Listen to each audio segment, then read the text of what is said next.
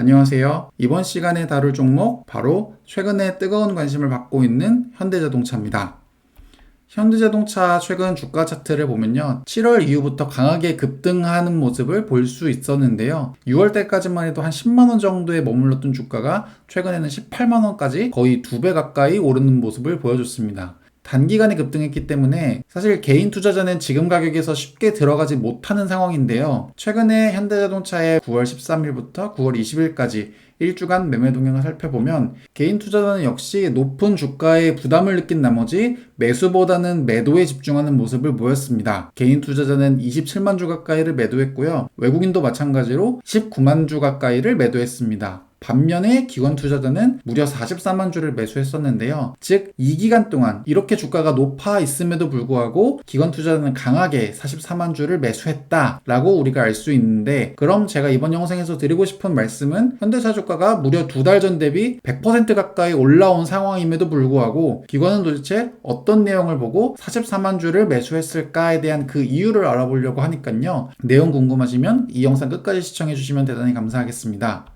자, 그럼 지금부터 시작하겠습니다.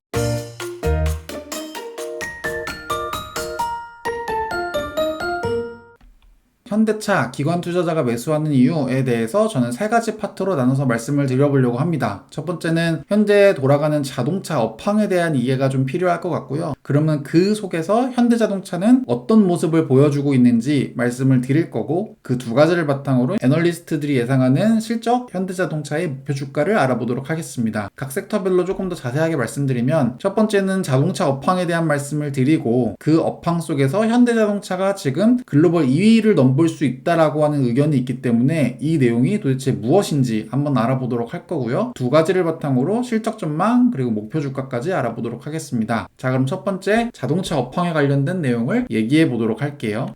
올해 자동차 업계의 가장 놀라운 뉴스를 하나 꼽으라고 한다면 저는 바로 이 뉴스를 꼽을 것 같습니다. 테슬라가 도요타를 제치고 시가총액 세계 1위 자동차 업체에 등극했다라고 하는 2달 전 기사인데요. 관련된 내용을 살펴보시면 1일 블룸버그 통신은 테슬라가 세계 최대 완성차 업체 중 하나인 일본 도요타 자동차를 제치고 시가총액 1위에 올라섰다라고 보도했습니다. 이는 2010년 6월 나스닥 시장에 상장한 지 10년 만에 달성한 쾌거인데요. 한 가지 놀라운 점은 테슬라가 올 1분기에 총 10만 대 가까이를 생산을 했는데, 이는 도요타가 생산한 240만 대의 4%밖에 안 되는 수량입니다. 즉, 도요타가 생산한 차의 한 4%밖에 생산을 하지 않았음에도 불구하고 이미 시가총액은 도요타를 넘어섰다라고 하니 이 뉴스가 얼마나 쇼킹한 뉴스인지 체감을 하실 수 있으실 거예요. 실제로 최근에 자동차 업계의 시가총액을 살펴보면 1위는 당연히 테슬라, 2위는 아까 보셨던 도요타가 될 텐데, 우리가 알고 있는 전통적인 자동차 업계의 강자라고 볼 수 있는 폭스바겐, 벤츠, BMW 3사의 시총을 다 합쳐도 테슬라에 현재 미치지 못하고 있는 상황입니다. 그만큼 테슬라가 현재 많은 투자자들에게 관심을 받고 있고, 관심을 받는 결정적인 이유는 바로 전기차 관련 비즈니스의 전망이 좋기 때문이다라고 설명을 할 수 있겠는데요.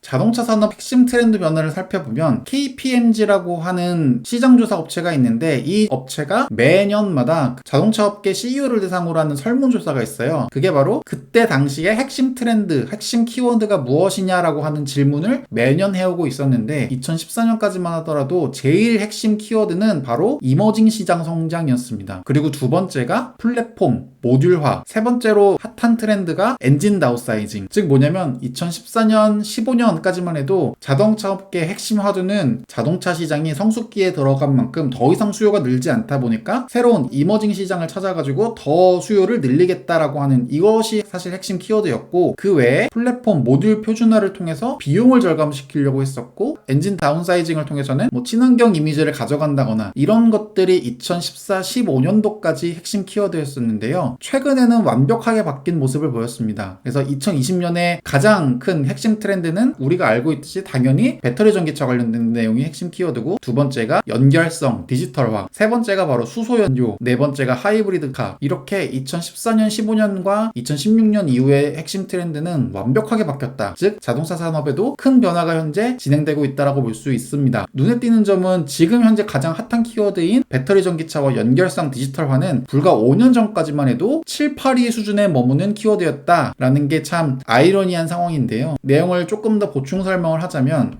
2015년 9월 폭스바겐의 디젤 게이트 이후에 시장은 완벽하게 변화를 하기 시작했습니다. 구조적 저성장을 인정하면서 물량의 증가보다 차량을 통한 부가가치로 환경 규제를 극복하기 위해 추진해온 디젤 전략의 배신은 엔진 다운사이징, 터보차저 등 내연기관의 연비 개선 기술에서 대체 구동 기술인 배터리 전기차, 수소 전기차, 하이브리드 차로 관심을 이동시켰습니다. 각국의 매장 자원에 따라 해당 국가가 선호하는 파워트레인 기술이 좌우되지만 중국과 유럽 중심의 전기차 시장은 성장하고 있고 지속된 저성장을 극복하기 위한 전략으로 M&A 증가와 원가 절감, 사업 합리화는 계속되고 있습니다. 전기차, 커넥티비, 디지털화, 수소차 이런 것들은 2017년부터 업계에서 가장 중요한 핵심 트렌드로 현재 자리매김을 하고 있다라고 합니다. 자, 이런 트렌드 속에서 최근에 나온 현대차증권의 Beyond the Vehicle이라고 하는 리포트에서는 이렇게 얘기를 하는데요. 자동차 산업의 핵심 키워드는 바로 케이스가 될 거다라고 합니다. 이 케이스가 뭘 의미하냐면 C는 바로 이제 연결성, 그리고 A는 자율주행, S는 서비스와 쉐어, E는 일렉트릭. 이 네 가지를 잘 하는 업체들이 앞으로 꾸준하게 성장할 거다라고 전망을 하는데요. 그 결과 매출액의 구성도 많이 달라질 거라고 전망을 하고 있습니다. 과거 2017년까지만 해도 기존 차를 판매하고 AS로 인한 수입이 매출액의 절대적인 부분을 차지했다면 2030년 이후부터는 기존의 차 판매 AS 시장뿐만 아니라 전기 자율, 데이터 서비스 이런 것들로 인해서 매출이 다변화될 거다라고 전망을 하고 있고요. 실제로 아까 보였던 케이스 전략의 실행 사례를 보면 현대차와 도요타를 비교해서 보면 현대차 같은 경우에는 연결성 부분에는 카카오와 꾸준하게 협업하고 있는 게 트렌드고요. 또 자율주행 같은 경우에는 현대모비스와 이미 같은 협업을 계속 진행을 하고 있습니다. 그리고 2021년에는 자율주행 로보택시를 출시할 예정을 갖고 있습니다. 플랫폼 공유 같은 경우에는 그랩 그리고 올라 이런 글로벌 모빌리티 공유 플랫폼에 계속 지속적인 투자를 해오고 있고 마지막 전기차 부분에서는 전기차 전용 플랫폼 양산을 준비하고 있는 것뿐만 아니라 2024년까지 친환경차 모델을 44개 그리고 판매를 176만 대 하겠다라고 하는 공격적인 목표를 현재 내보이고 있습니다. 이렇게 전기차, 친환경 이런 키워드들이 중요하게 된 데에는 이거를 빼놓고 얘기를 할 수는 없습니다. 바로 파리기후협약인데요. 2015년에 있었던 파리기후협약에서 각국의 정상들이 합의했던 내용은 지구온난화를 막기 위해서 여러 가지 노력을 하겠다 이런 내용이었는데 우리가 가장 관심 있게 봐야 되는 부분은 바로 가스 배출 목표를 2050년부터는 급속하게 감축하겠다라고 하는 내용입니다. 실제로 글로벌 산업별 이산화탄소 배출 비중을 살펴보면 교통 관련된 부분이 전체 25%를 차지할 만큼 이산화탄소 배출에 결정적인 역할을 하고 있는 게 현실입니다.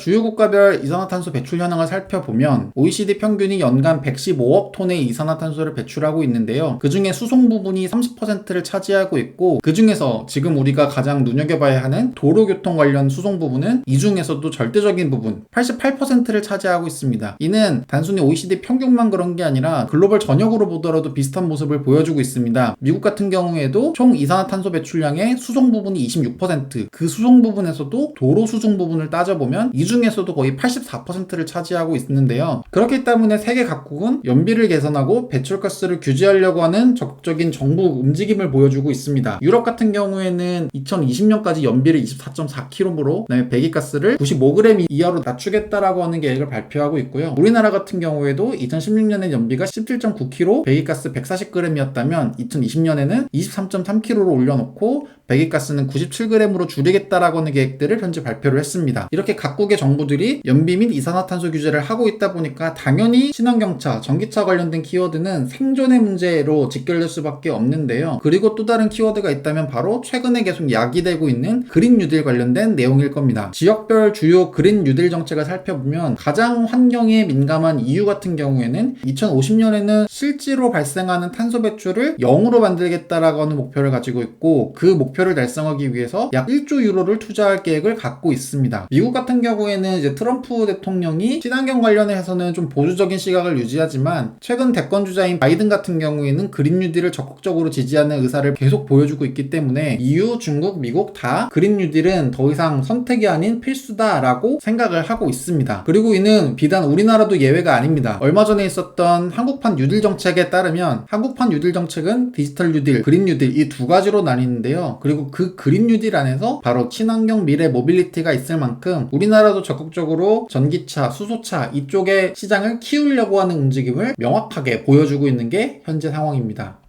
지금까지 알아본 내용은 자동차 시장의 핵심 트렌드가 과거에는 비용을 줄이고 그다음에 수요를 늘리고 이 두 가지에 맞춰 있었다면 최근에는 자율주행, 전기차, 배터리 이런 쪽이 중요해지면서 여러 가지 변화가 많이 감지되고 있다라고 우리가 알아봤고 또 각국의 정부 역시도 여러 가지 환경 규제 이런 것들로 인해서 더 전기차, 수소차 이쪽 부분에 집중적인 투자를 계속 이어오고 있다. 관련된 규제들도 더 심해지고 있다. 라고 말씀을 드렸는데요. 그러면 이런 분위기에서 과연 현대자동차는 어떤 역할을 해오고 있는지, 어떤 퍼포먼스를 보여주고 있는지 한번 알아보도록 할게요. 현대차 글로벌 전기차 부분 마켓시어를 살펴보면요. 최근 들어서 눈에 띄는 모습을 보여주고 있습니다. 2018년 3분기에는 한 5%대, 그리고 작년 말까지만 해도 한 6% 정도의 마켓시어를 보여줬다면 2020년 들어서는 눈에 띄는 퍼포먼스를 보여주고 있습니다. 2020년 7월 기준으로는 약 10%까지 마켓시어를 급격하게 올리는 모습을 보여줬어요. 그리고 이런 모습들이 기관 투자자들의 투자를 이끌어내고 있는 게 현재 상황입니다. 현대차의 유럽 부분만 따지면 더 극적인데요. 2018년에는 한 4%밖에 안 됐던 마켓시어가 2020년 7월 기준으로는 무려 10%를 돌파하면서 현대차의 전기차가 꾸준하게 마켓시어를 증가하고 있는 모습입니다. 이렇게 현대 전기차가 마켓시어를 올릴 수 있는데 가장 결정적인 역할을 한 모델이 바로 코나라고 볼 수 있는데요. 코나의 유럽 판매량이 출시 이후부터 꾸준하게 상승을 하고 또 마켓시어 역시도 7.2%까지 오르는 등 현대차의 전기차 부분 마켓시어의 증가에 바로 코나가 핵심적인 역할을 하고 있다라고 볼 수 있습니다. 그럼 도대체 뭐 때문에 코나는 이렇게 좋은 퍼포먼스를 보여주고 있는 걸까요?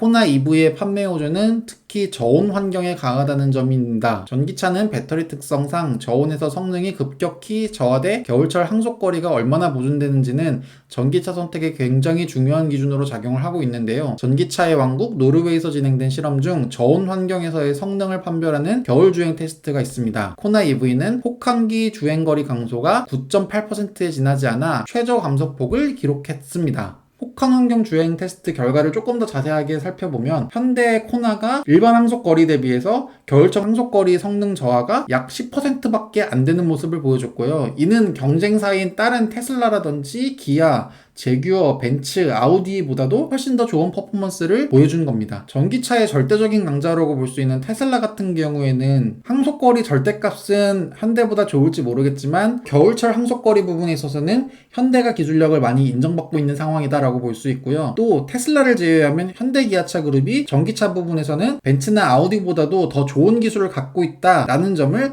이 테스트를 통해서 우리가 알 수 있습니다. 유럽 자동차 시장 점유율을 살펴보면 현대 기아차의 시장 점유율은 사실 다른 전통의 자동차 강자보다는 당연히 떨어지는 모습을 보여줘요. 실제로 우리나라 같은 경우에도 현대 기아차가 아무리 날고 긴다 하더라도 벤츠나 BMW, 아우디가 갖고 있는 그 아성을 넘기 힘든 게 사실인데요. 전기차 시장 보면 완전히 얘기가 달라집니다. 1월부터 7월까지 유럽 전기차 부분의 시장 점유율을 살펴보면 현대가 4등에 현재 랭크되어 있습니다. 이전에 내연기관차 시장에서만 살펴보면 현대기아차는 한 10위권 정도의 업체밖에 안 됐었다면 앞으로 점점 시장이 커지고 중요해지는 전기차 시장만큼은 오히려 현대가 BMW나 아우디보다 더 좋은 퍼포먼스를 현재 보여주고 있기 때문에 이 부분에서 많은 기관 투자자들의 긍정적인 관심을 이끌어내고 있는 게 현재 상황입니다. 관련된 내용을 조금 더 말씀드리면 2021년, 22년 유럽 시장 내 현대차의 지위는 기존 자동차 업체 기준으로는 2위까지 상승할 수 있다라고 전망을 하는데요. 2020년 7월까지 순수 전기차 판매량은 르노, 테슬라, 폭스바겐, 현대차, 닛산 순으로 상위를 차지하고 있는데 르노와 닛산은 각각 인기 모델인 조아 리프가 주력 판매 차종입니다. 하지만 해당 업체는 플랫폼 전략과 차기 주력 모델이 부진하다. 그래서 경쟁 업체들이 상품성 높은 신규 전기차 모델을 앞다투어 출시하고 있기 때문에 후속 모델 출시 없이는 점유율을 잃을 수 있다. 쉽게 말해서 르노, 닛산은 이후에 후속 모델 출시가 막연하기 때문에 내려갈 거고 그러면 테슬라, 폭스바겐, 현대가 1, 2, 3위를 차지할 수 있다라고 전망을 하는 거죠. 자, 이러한 근거를 바탕으로 현대차의 전기차 부분 매출액을 살펴보면 2020년 이후부터는 굉장히 빠르게 증가를 할 거라고 전망을 하고 있죠.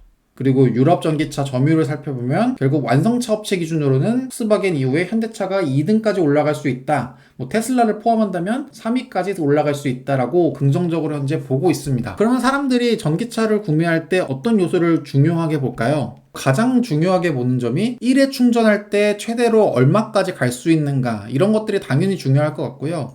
그다음에 차량 가격 대비 유지 비용, 인프라 부족, 충전하는데 걸리는 시간 이런 것들을 전기차 구매할 때 제일 중요하게 뽑는데요. 충전 인프라 부족은 차체만의 문제가 아니라 전체적인 인프라의 문제고, 차량 가격 대비 유지 비용 같은 경우에도 뭐 기술력으로 커버할 수 있는 부분은 사실 아닌데, 그러다 보니까 현재 전기차 부분에서 기술력으로 인정받을 수 있는 부분은 바로 1회 충전 시 얼마나 주행이 가능한 것인가, 충전하는데 시간이 얼마나 많이 걸리는가, 이 두 가지가 현재 전기차의 기술력을 판단할 수 있는 제일 중요한 두 가지 요소가 될 텐데, 곧 출시가 예정되어 있는 아이오닉 5, 이 아이오닉 5가 이 두 가지 요소를 얼만큼 충족하고 있는지 한번 알아보면요. 먼저 1회 충전 시 최대 주행거리 관련된 내용부터 살펴보면, 아이오닉 5는 항속거리가 540km로 경쟁 모델 대비해서는 압도적인 모습을 보여주고 있습니다. 그나마 비슷한 항속거리를 보여주는 게 바로 이 모델 3 테슬라 모델이 될 텐데요. 항속거리는 뭐 나름 비슷하다라고 볼 수 있지만, 가격 차이를 생각한다면 가성비가 굉장히 뛰어난 모델이 아이오닉 5가 될 수 있고, 1회 충전 시 최대 주행거리가 얼마까지 늘어나는가를 봤을 때는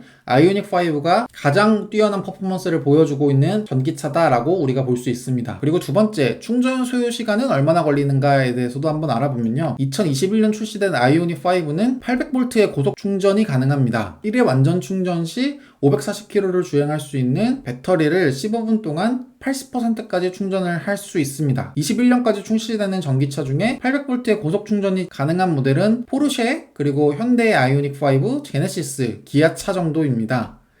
대부분의 경쟁 모델들은 400V 충전 시스템을 출시합니다. 80%를 충전하는데 약 40분이 소요됩니다. 항속거리 450km의 400V 충전 시스템인 전기차 모델이 15분 충전 시 약 120km를 주행하는 반면, 같은 가격대인 아이오닉 5는 15분 충전 시 약 400km를 주행할 수 있습니다. 거의 3배 가까이 차이 나는 퍼포먼스를 현재 보여줄 수 있다라고 하는 점이죠. 현재 자동차 업황이 전기차가 점점 중요해지고 있고, 현대자동차는 그 전기차 부분 시장에서 굉장히 눈에 띄는 퍼포먼스를 보여주고 있다면, 이 두 가지를 바탕으로 현대차의 실적은 어떻게 될지, 그리고 애널리스트들의 목표 주가는 어떻게 될지도 알아볼게요. 연간 매출액 현대차증권에서 추정한 자료에 따르면요, 2019년 현대차는 105.7조 원의 매출을 기록했고요.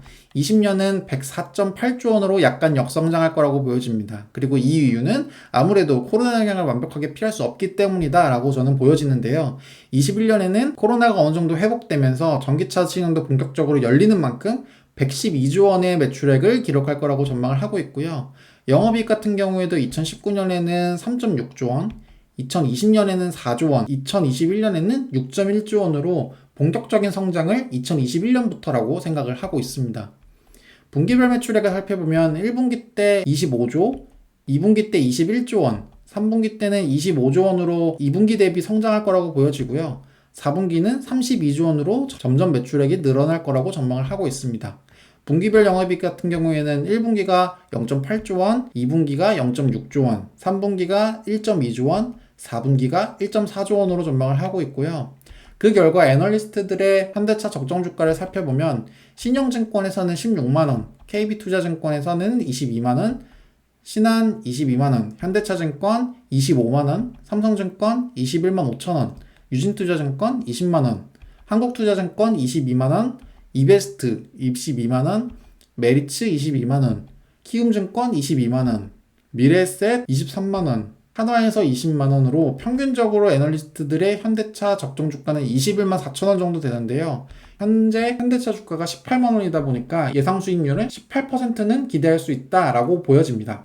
자, 지금까지 기관 투자자가 현대차를 매수하고 있는 진짜 이유에 대해서 알아봤습니다. 시청해주셔서 대단히 감사합니다.